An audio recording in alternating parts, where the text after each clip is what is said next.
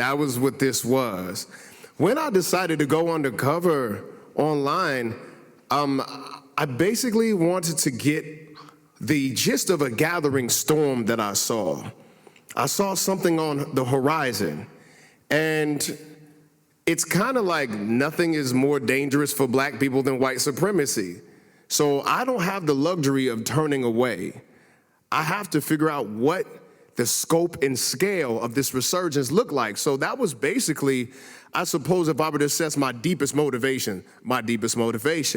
And it all happened because, like, I accidentally went viral with a few videos. I was just talking about the things that I cared about.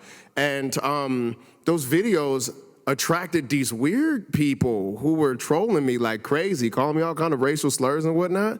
And I was like, okay, I've been called that all my life. Why do they keep telling me the same crazy, half-cocked information? Where's this coming from, right? And so the investigation started there. And I think that the number one question that people are giving me about the experience was, wasn't I afraid while doing this? And the answer is pretty much nah, I wasn't. I was more appalled, if anything. And I suppose that what I did was intellectually courageous, but it wasn't something that I thought would put me in danger. When the TED Talk came out and went mad viral, and people started jumping in my inbox, then I knew the game was real, you know? And so I had to assess, what is it that I'm dealing with in this force, this resurgence of white supremacy, the very basis of American terrorism, this kind of hate and bias that it seems that our culture is just now beginning to come to grips with as a force of terrorism. And where does this land in directing the future of black life? I suppose that I should start where my sense of danger got skewed. My sense of danger got skewed because, frankly, I grew up under the shadow of gang violence. That was my life as a kid. I wasn't afraid of the Klan, I was afraid of the Crips. That's what it was. Like, everything around me said, your life could be taken at any moment by somebody who looked like you. And so when I was growing up, I remember my mother being very wary of the colors that she bought me. I remember going to the store, you know, Target and Kmart and whatnot, and buying neutral colors, no red. My mama was very hesitant of buying me even blue jeans at that time because little kids in my neighborhood were getting shot off the strength of what they were wearing. And so this shadow governed my life. I talk about it in my book, The Law of Action. I'm supposed to get better at doing shameless plugs, so that was my first one. I'll talk about my book a little later on. But that's what it was, yo. My father is a former gangster, so he understood the forces very, very well. And he said no son of his was gonna fall victim to this kind of insanity, right?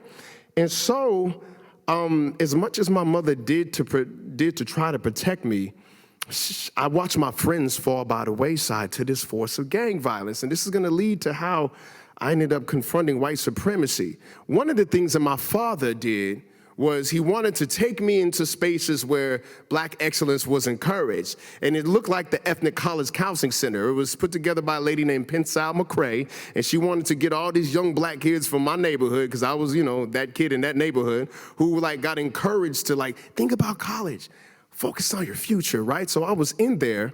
And then one day, a lady named Carolyn Phillips came in and she says, I'm from the Denver NAACP, and we're starting a youth chapter. Who wants to join up? And so I remember my parents showing me videos like Eyes on the Prize and all the marches from the 60s and whatnot. So I was like, hey, maybe this will be an opportunity to change something in my environment. I was 15 years old, I decided to sign up. And one of the things that I wanted to work on was a gang initiative. I wanted to figure out what was going on with bringing the young brothers in to get them also socially active and aware. Because when you grow up in a gang neighborhood, these statistics of black on black crime and whatnot, right? Those are your actual friends. Like, those are your homies, like those are often your cousins. Like, it humanizes what the media was telling me was such a dangerous force, in which I ended up finding out would be eventually. And so, right when I was putting together this gang initiative, a skinhead murders an African immigrant named Omar Jah. Just shot him dead at the bus stop. And then I remember the city just going cold and freezing at that event, because that same skinhead murdered a police officer named Bruce Vanderjack about a mile away from our grandma's house. I remember the manhunt. I remember that the manhunt was on when we did our first Stop the Violence event, and that there were rumors of the Ku Klux Klan and the Aryan Nation surrounding where we were doing our event to stop the violence. And that was the first time I ever spoke publicly about anything social justice related. But also, it was the first time that I began to grasp white supremacy as a threat to me directly, and that my skin was the gang color, and there was nothing that my mama could do to shut me out of that. And so, because of that, I got curious about them from my teenage years. And when the internet was just beginning, there was a website called Stormfront. Stormfront, I believe, may have been taken down, I'm not quite sure. But Stormfront was just all about white supremacy. Everything you ever wanted to know in the 90s about white supremacy was there. And so I think that was my first foray into it, because I would go to the website and I would see the caricaturization of black people. I would see the dehumanization of our features. I would see how it was easier to them to interact with the fake straw man of what black people were, rather than dealing with the identity and the reality of who we were as a people. And before I would leave high school, white supremacy would show up in my life again. You see, I'm from Denver, Colorado, just 15 miles away from Littleton, where the Columbine massacre took place my senior year. One black person got killed. It was a guy I had just recently met named Isaiah Shoals. So now, white supremacy has killed somebody who I have at least met one time. We weren't homies, we weren't close, but I remember him. And when Isaiah Shoals got killed, he was taunted about his race at Columbine High School. And so I saw this resurge again, and I was like, what on earth is going on? Of all the angles that I gotta watch my back, now this is something that's creeping into my life. But I was happily on my way to Florida A&M University, FAMU, the Rattlers, you know what I'm saying? I'm so proud to have attended a historically black university. And my first week there, I'm walking onto the campus main activities building, and a puff of smoke breaches one of the windows, and the president of the university literally runs out and says, turn around, go back. A bomb was detonated on my campus, not threatened, nobody called in, making any deadly promises. It was a detonation of a bomb on my college campus, a historically black university named Florida A&M. You can look this up, the FAMU bombing, right? I'm certain that the whole world is going to descend upon FAMU's campus like they did in Littleton, and we're going to get all the media attention because Columbine is a fresh wound in the country. Everybody's talking about school violence. Nothing. But you know what did happen? The men in black showed up.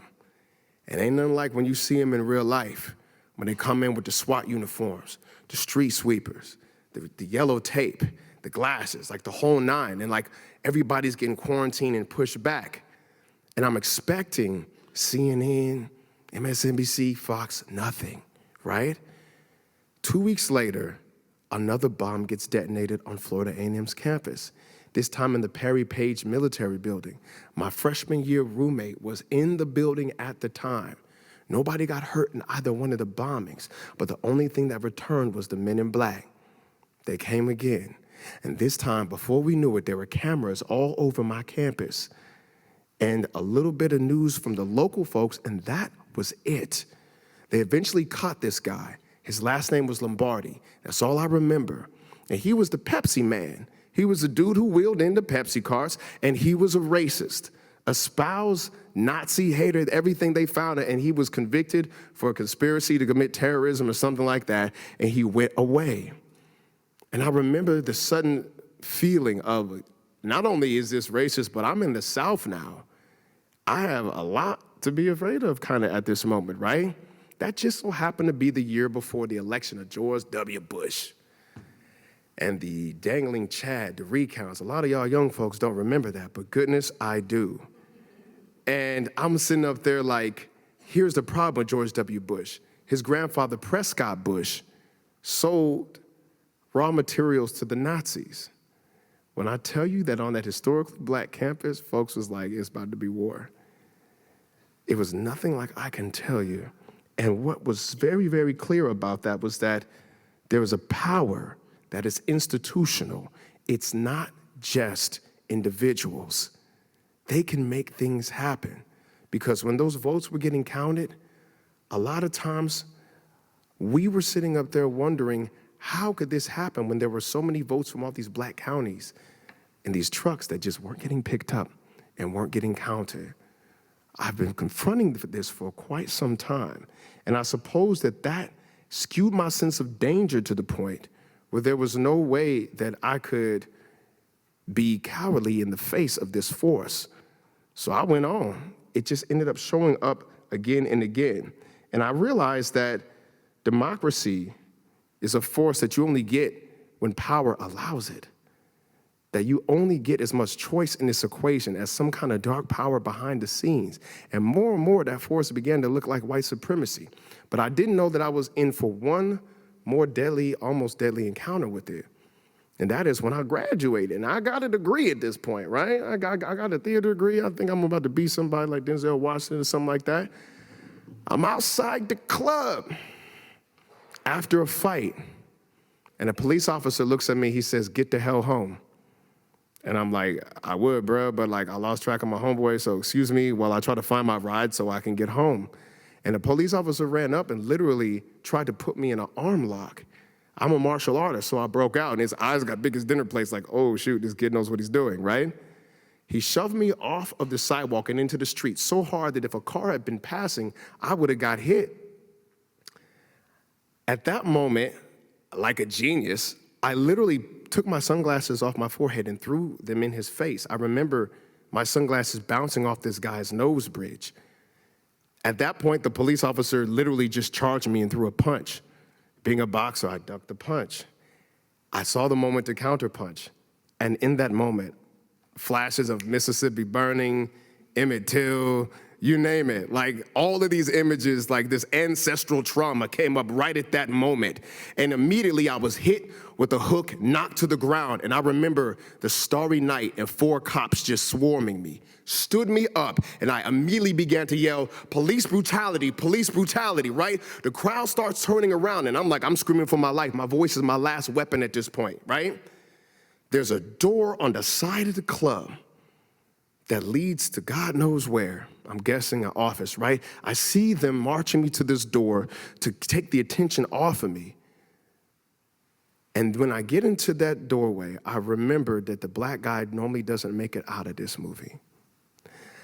And that I'm marching up these stairs and realizing that I'm not gonna see my mother again. I'm not gonna see my family again.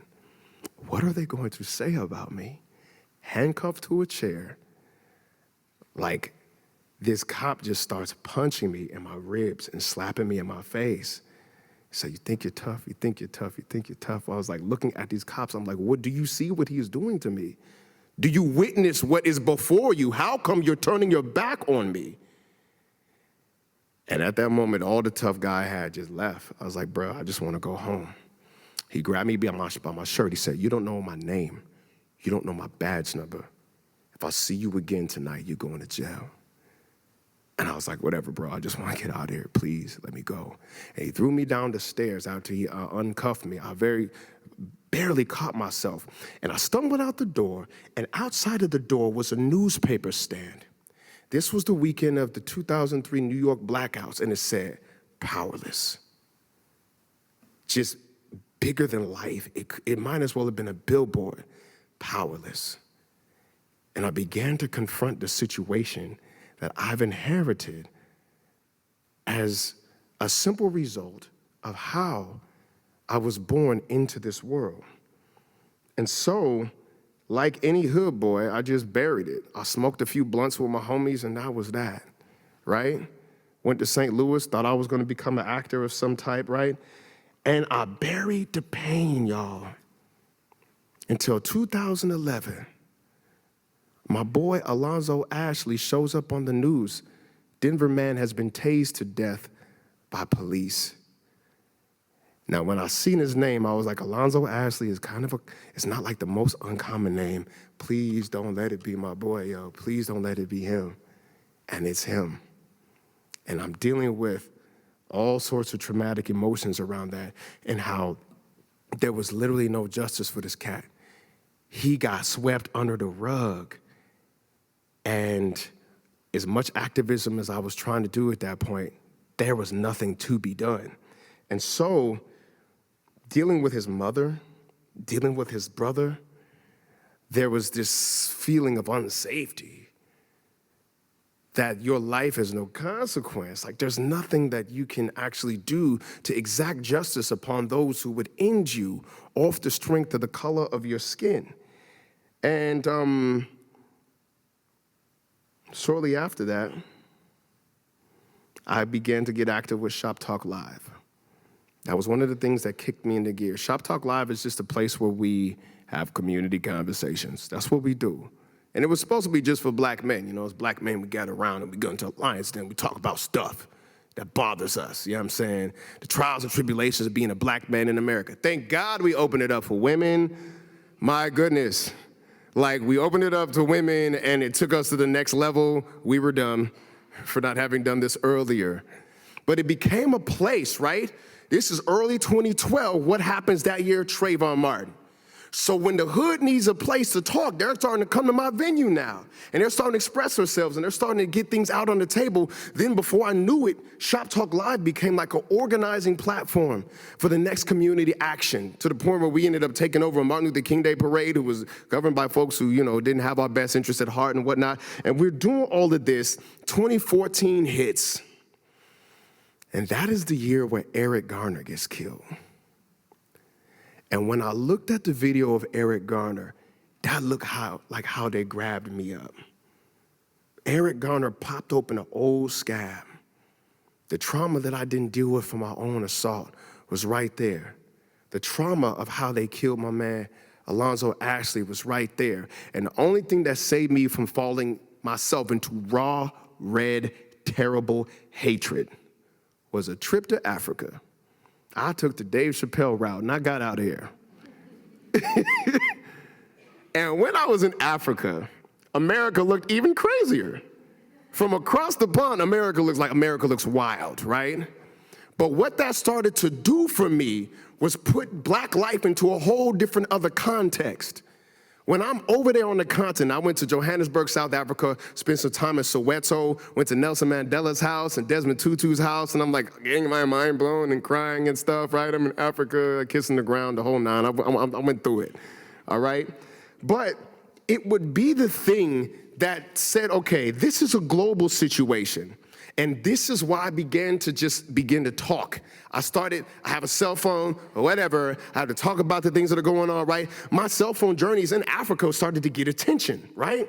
So like they started getting shared or whatnot. And then I was like, well, let me start talking about issues of black life. And then I found the writings of this dude named Ta-Nehisi Coates. Who know about Ta-Nehisi Coates? You better learn, you better ask somebody. Ta-Nehisi Coates, you know, he's been called the next James Baldwin. I believe it. His writings on race are phenomenal. But he wrote this paper called The Case for Reparations. Wow. I didn't believe in reparations, and neither did he till he started researching it, but I advise you to look it up. That was the first video that I made based on Ta-Nehisi Coates' A Case for Reparation that went like all the way viral. Like I was like, I'd be lucky if I get 10,000 hits. The thing got 163,000 hits. And my life was just different after that. Like, all sorts of stuff was happening in my inbox. And as I would make these videos and get more followers, the videos would go even further and further and further. And that's when your boy started getting trolled. Oh, man. Some of the things my trolls would say was, 600,000 white people died to free blacks in the Civil War. You're welcome. Like, word. Okay. First of all, if you... Like, okay, so if you don't see the flaw in your logic, at least half of those white guys died to keep slavery intact, first of all. Secondly, 30,000 black troops actually fought to free themselves. And Ulysses S. Grant said that they were the deciding factors in so many battles that basically the black troops won the Civil War. But you don't know about that, so okay, right? And so I began to engage in all these battles, right? But one thing that hit me was that these memes kept showing up. And then I would trace some of these profiles and they were all empty.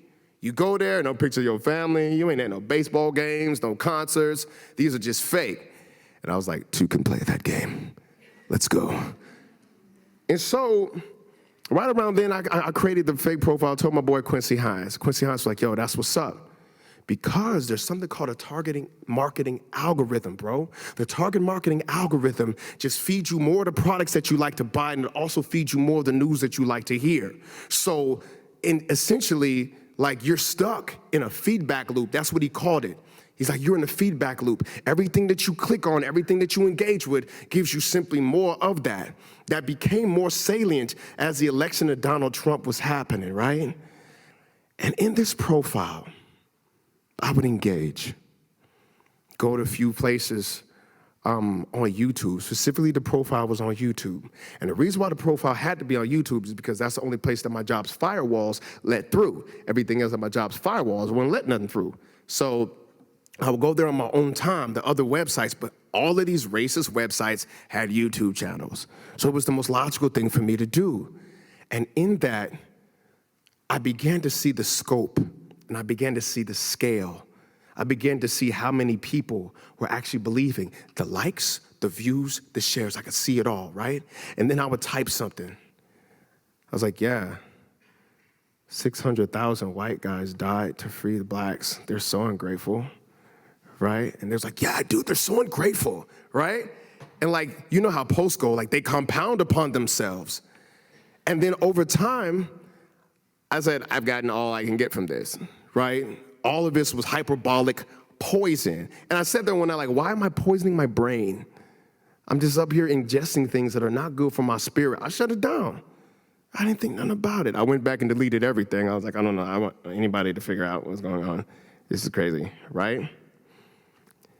And I understood something the way that I never understood this before. A lot of these folks are getting reinforced into hateful positions, and that human beings are far more social and vulnerable to groupthink than we think we are. At this point, I began to see that human beings are like ants. You could see an ant individually, but you don't really understand ants till you see them collectively. And that ideas are like viruses. They just go, man. And soon everybody's got them. And if they start talking about a certain thing, these guys, these white kids, millennials, like me, I'm like the oldest millennial, but that's beside the point. Like, but these white guys like me, born in my time, who saw Michael Jordan be a sports hero to everybody, who saw Oprah Winfrey be everybody's mama on TV, right? Who now, at the time, have seen a black president who is competent and capable and well-spoken and powerful and well-thought, all of these articulate things about him. He's a magnificent guy. And they still come up with this. We're missing something. I began to find the work of Dr. Joy DeGruy. How many of y'all heard of Dr. Joy DeGruy? Please look her up. She does a talk about environmental learning, and that as much as we try to mitigate racism by imagery, you can't stop them dinner table conversations. What your uncle be saying at Thanksgiving? Huh? What your daddy say after he get home from work? Dude, I can't believe this affirmative action stuff, man. Just gave this guy this job just because he's black, right? All of those conversations plant seeds into the mind of kids, and before you know it, nothing that you say in the public arena can defeat what is being said to them in the private arena. The environmental learning piece has yet to be uprooted, and that is a powerful thing. But the sad part of it is this: race as we know it today, historically speaking, is a European invention that they refuse to take credit for. The only one, by the way, right? The word black is not native to any African tongue, nor is the word white. These words were not native to the Native Americans when they arrived here. And what the alt-right did was they framed the blowback from 500 years of open-faced apartheid, 500 years of open-faced genocide. The blowback from that was the civil rights movement. The blowback from that was affirmative action legislation. They framed that as oppression and said, yeah, it's so easy to target white guys now, so easy to target Christians and heterosexuals now, forgetting that everybody who was part of that resurgence was once the out-group when they were in power for so long. The alt-right grew up in the historical vacuum left by public schooling, y'all. There's no other way to say it. And sometimes I begin to think that the not teaching of history the right way is a part of a larger conspiracy to make sure that a whole new generation falls asleep at the wheel yet again. Because there is a victim situation among white America. There really is. White America, you're victims, legit. But you're victims in the fact that somebody robbed you of the truth of your history. That's called fraud. You inherited this shining empire and were told to not look back. They gave you America. They gave you the largest economy that the world has ever seen and said, don't worry about those black bodies in your wake. Don't worry about the Native Americans beneath the soil. Don't worry about that, right? If you inherited a company and somebody told you about only the assets and not the liabilities, you could throw them in jail for that. That's what happens. Why don't you know that George Washington burned 28 Seneca Village? He was known as Town Destroyer. Why don't you know that Abraham Lincoln is responsible for the largest mass lynching in American history? There are things that are hidden from you about the resistance of black folks. You've been taught to heroize the emancipator, but not those who self-emancipate. That the Seminole Wars were actually the largest slave revolt in American history. That not Nat Turner, but John Horse is the one that needs to be venerated. But of course, John Horse, he survived, right? That Thomas Jessup, when engaging in battle with the Seminoles, he said, this is decidedly a Negro, not an Indian war. They don't want you to know that you fought for your history like that. Fought for your freedom like that, right? The burning of Black Wall Street. Why don't they teach this? That a town in Oklahoma where black folks began to prosper because separate but equal, okay, I can't participate with you, I have to circulate my money amongst myself. They built an empire and it was burned to the ground off of a false rape allegation against a black man. That's the truth, right? And that not only did it happen to Black Wall Street, but happened to at least 12 large growing black metropolises in the night from 1919 to 1921. So when the alt-right gets told about the ghettos, oh yeah, black people, they drive down the prices of real estate, right? They're not being taught, well, had their communities been allowed to thrive, you wouldn't have this problem. The historical vacuum is what's responsible, at least partially, for the resurgence of the open-faced racism. And when people, white people, are faced with the history, there's often like a denial reaction. That's called pain, dude. Yeah, it sucks. It hurts to be told that like people who look like you did some of the most heinous crimes. Like, how do you deal with that? Where's the emotional coping mechanism? What the alt-right did was when white males were accosted with the history of the folks who look like them, their forebearers, the alt-right gave them an out for the pain. They said, let's go on a fault-finding mission against people of color. Whenever they bring up cops, let's talk about Chirac. Let's talk about black-on-black crime. Their crap stinks too, bro. What happens in Muslim countries, right? Yeah, let's talk bad about the Islamic community, right? No, don't look at the crimes that you look at what all of these other people have done. You're no worse, you're no better. You're just like them. And what it did was it baited them onto the wrong side of history yet again. And of course, this don't sit well with black folks. I said to somebody, when you talk about the race problem in America, it often gets framed as if there's equal halves here, that there's just as much wrong on the black side as there is on the white side, that there's just as many people on one side as the other side, right? I believe that one of the things that puts the American dream fully in jeopardy is that black folks are simply tired of this. tired of like explaining stuff, like tired of talking about this, like tired of having to be the one to represent ourselves in every situation. One of the most painful things about the election of Donald Trump, right, was that we saw a mass doze off in the consciousness of America. And that amount of sleepwalking puts our physical bodies in danger. I crunched the numbers. Black people are about 13% of this country's population, about 13%. How much time do I have, by the way? Am I good? Am I good? I'm good? Okay, we're good. Huh? 20 minutes? That's cool. I got more than enough of that. Just getting warmed up. If we're 13% of the population, and whites are 63% of the population, let's round that down, 60% of the population versus 13% of the population. If only 25%, if only a quarter of that 60% was racist, just a quarter, or had racist type leanings, that leaves 15% of America as racist. If we're only 13% of the population, that's literally 2% of the population more that are racist than every black man, woman, and child in this country. So where does that leave us? When you talk about home ownership and equity, the crash of 2008 took so much black wealth. Oh my God, it literally halved us. And that the Pew Research Foundation says the only community that ever recovered was the white community from the crash of 2008. Home ownership is where the American dream is locked up, man. That's all it is, right? Get you a house and a picket fence. Well, those of us who participated in the American dream in that way lost the most. And in fact, Forbes magazine just published an article that said that based on the current rate of the economy, black and brown communities are set to be broke, to have a net worth of 0 by the middle of this century. The mechanism is this.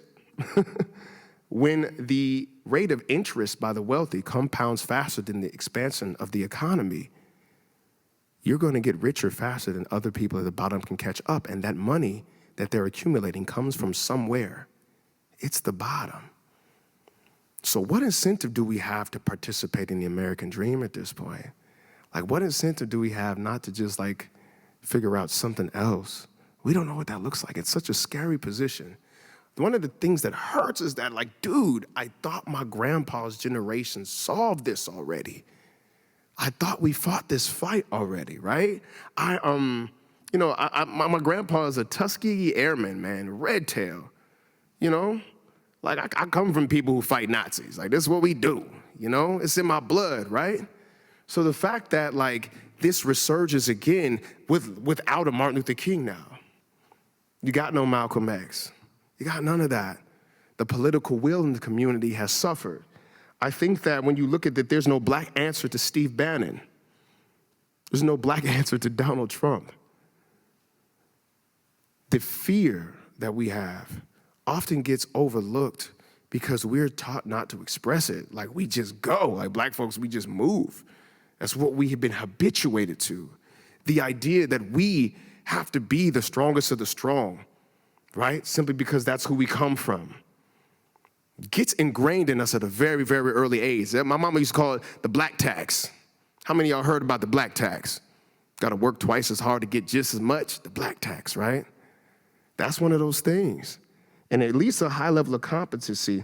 But right now, they say that the average wealth of the average white family, when you calculate everybody from folks in Trailer Park to Mark Zuckerberg, compared to the wealth of the average black family, from folks in the hood to Oprah Winfrey, if you calculate those totals together, you literally have the wealth of the average white family at 13 times the wealth of the average black family. 13 times. Here's a clue. In the game of Monopoly, if you start off with twice as much as your competitors, you're basically guaranteed to win. Okay? How do you remedy a 13 times wealth gap among these races, right? It's one thing we could sit in counters and talk to each other and stuff, you know what I'm saying? We could be with each other, hell, we could make babies together, right? That can happen. But Dr. King did a great job integrating lunch counters, not so much with bank accounts, right? This is the world that we're dealing with, and we're asked to be friends under the conditions of lopsided resources in a capitalist society. There's only a couple of solutions to this. Either we take the Ta-Nehisi Coates routes and find some means of reparations. And I know that is like in all the dialogues I've been in about race, that R word is off the table. Reparations and revenge. That's it. Did somebody blood go cold? Reparations and revenge. You can't talk about them. We're going to talk about that. That's what has to be at least put on the table. One of the things that was so interesting about watching the alt-right react was that if they were born on the black side of the divide, they'd be part of Black Lives Matter, like all of them. It's true, dude. The way that they assess race, the way that they assess injustice. I recently saw the play Hamilton. Did y'all heard about Hamilton? Dude, that play is sick. All the way sick. Like, to the point where Lin-Manuel Miranda is like in my top 5 rappers right now. Because the play is that ill, right? But in there, they talk about revolution and the mechanisms to throw off oppression violently throwing off oppression. They didn't sit in at King George's counter and say, like, we shall overcome. They just got guns and took care of it, right? High taxes, that was it. Patrick Henry said, give me liberty or give me death. Never felt a shackle in his life, right? So who gets mitigated into conversations, like quarantining conversations, who gets to be violent or not? Black folks can't even entertain that. You're a black identity extremist and you're on the terrorist watch list now. Thank you, Jeff Sessions. Right? We can't even talk about that. Under the same circumstances, people who we classify as white would have gotten violent a long time ago. The very first slave ship was an act of war. That is something that we are trying to figure out how to do with that fire inside. When free people want to fight for theirs, what do? We can't even have that conversation. I'm wondering if that's what leads to like black folks having high hypertension and like high cholesterol problems and stuff like that. We just keeping it in, right? It ain't healthy, y'all. Then the gentrification situation, like where I'm from, who heard about that Inc. Coffee situation? Hear about that Inc. Coffee where it was like happily gentrifying the neighborhood since 2014, right? That happened like down the block from where I was born in Denver. Like the fact that like when black folks moved into white neighborhoods, like there was lynch robes, right? There was burning crosses. When you gentrify the hood, black folks don't do that, you know? Like not even the thugs be up joggers. Like it is what it is. So these conversations are there to mitigate a very real human need to be free. Either we figure out how to destroy the advantage that has been accumulated by 500 years of open-faced apartheid capitalism, or we have to engineer a brand new system. We have to. I looked at the wealth gap, I was like, there's no way to defeat that. If the wealth of white folks stayed as it is right now, they estimate it would take 212 years for the black community to catch up from today. You can't beat the money. Maybe there's a way to engineer around it. Maybe there's a new monetary system that we could create. That would be awesome, right? But one thing that I know for sure, I know enough to be a realist, but not enough to be a pessimist. There are people far smarter than me who have been wrong, like dead wrong, about things like this in the past. In fact, I've compiled a list of wonderful things that people were dead certain of that seemed to be far more unaccomplishable in the time that they were said. First one, there is not the slightest indication that nuclear energy will ever be obtainable. That would mean that the atom would have to be shattered at will. Albert Einstein, 1932. Wrong, right? When I say, if excessive smoking actually plays the role in the production of lung cancer, it seems to be a minor one. That's W.C. Hubert, president of the National Cancer Institute, 1954. We've been wrong before, right?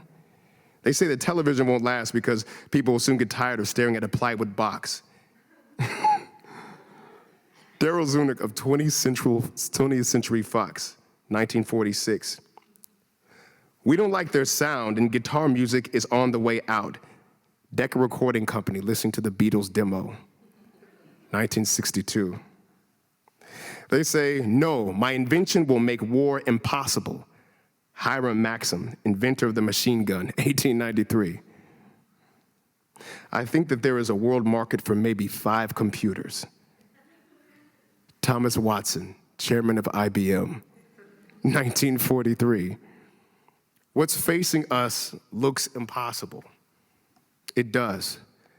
And I could stand up here like I'm some kind of expert on race relations, but the fact is that smarter people than me have been wrong. And I know that the one thing that we have going for us is the fact that there's a new generation that has this attitude that's unbreakable. When I was working in the hood in 2012, I literally mentored a kid named Trayvon. And it was in 2012 when the name Trayvon was all over the news. And he just took it like, yeah, man, you know what I'm saying? I'm hot right now. It is what it is. This kid's swag was like unbelievable. And it was this young black boy who didn't know the things that were against him. But I was like, yo, like you giving me life right now. Like you giving me all kinds of hope. And I said, if his attitude stays intact, one of the smarter things that Albert Einstein said was the greatest decision that you have to make is whether you live in a helpful or a harmful universe. It's either way, you're right. If he keeps that attitude, who knows what he'll make of the data points before him? Who knows what he'll see? And so, do we have a lot of work ahead of us? Yeah. But we're living in the world that our ancestors thought were impossible. Like, I literally made it from Denver to DC in like 2.5 hours. That was a 20-year trip back in the day, bro. 20 years, right? And like you'd be a whole different group of people by the time you got there, right? We're living in the world of impossible, but if we can engineer it, if we could build it, no matter what the problem that we're facing, we can accomplish it. So now I'm supposed to do a poem because I'm a spoken word artist. Like, are you really a spoken word artist? Yeah, I do poems and stuff, right? So I have a poem that I'm about to do for y'all, and it's called Impossible. Okay, are y'all ready? She's like, yeah, wake me up. That's what it is. This is from like my man Trayvon's perspective of the world. He had the swag that said, hey, yo, mister, I want the finest girl in school to reject me. Just to see if I could walk off with my swagger still intact. I'm bad. My breath is like Egg McMuffin. Double Dutcher with double mint on my hopscotch tongue. My mouth is chalky. That's what confidence smell like. Girl, you tripping. I'm going to be somebody. Though I know what makes Haley more high octane than a Hummer. But still, how can I ask for a record deal one day if I can't ask for your number? And if Thomas Edison failed over 3,000 times before making a light bulb, then can I use your cold shoulder as a hot stepping stone in history? I thought so. Impossible. Impossible said the horse-drawn wagon to the jet engine. Impossible said the telegram wire to the text message. Said the whites-only sign to little Sasha Obama. Did you know that you will encounter at least 300 items a day that would not exist without Leonardo da Vinci, a man who did not see the inside of a schoolhouse until the age of 14. Einstein failed beginner's physics in 1899. Dr. King packed a pistol before 1960, and you have a dream. On the wrong side of a canyon called tomorrow, have cried the river in between and have misplaced your grappling hook. For just because something is impossible does not make it not worth trying. Who cares that the summit is unreachable if climbing that mountain makes you into one? Did you know, oh shoot, did you climbing that mountain makes you into one? Don't let haters handle your postage. Believe me, my people know a thing or two about doubters. There was a time when the Negro brain was thought scientifically capable of inventing memory and nothing more. Citing, quote, there's a physical difference between them that will forever forbid them from living together upon the footing of perfect equality with whites. Abraham Lincoln. Now, as articulate as that may be, I believe the black folks who dreamed up the air conditioner, almanac, elevator, traffic light, super soaker, cell phone, peanut butter, the freaking pyramids, and fire will disagree. Mr. Lincoln, we got a wireless call from your ego. He said, emancipate that. Show me you're impossible. Tell me it can't be done. I'll show you a climb to a height unreachable is a climb already begun, y'all. Impossible, says the cancerous tumor, to its extinction. It says war-torn parts of Africa to their return to global glory. It says the shooting rampage to its pending place in ancient history. It says the oil company to sustainable being the new word for duh. Do these corporate executives know that we inhale at least 10 sextillion atoms with every breath? Meaning due to global wind patterns over 1 year's time, you will breathe an atom breathed by everyone on earth and who has ever lived. Meaning this poem is likely literally being brought to you by Shakespeare, Joan of Arc, Kennedy, Tubman, Dubois, Guevara, Yeshua, Yo Mama, and all of them asking, forget a millionaire who wants to be a mountain anymore. People who keep the script flipping more hardcore than Paul Core, reminding haters, your failures are not my border patrol. My dreams ain't your dartboard. I want the finest minds in science to reject my potential and see they can walk off with their faces still intact. Oh, I'm bad. My breath is like humanity, limitless, unbounded, and impossibly free. Thank you.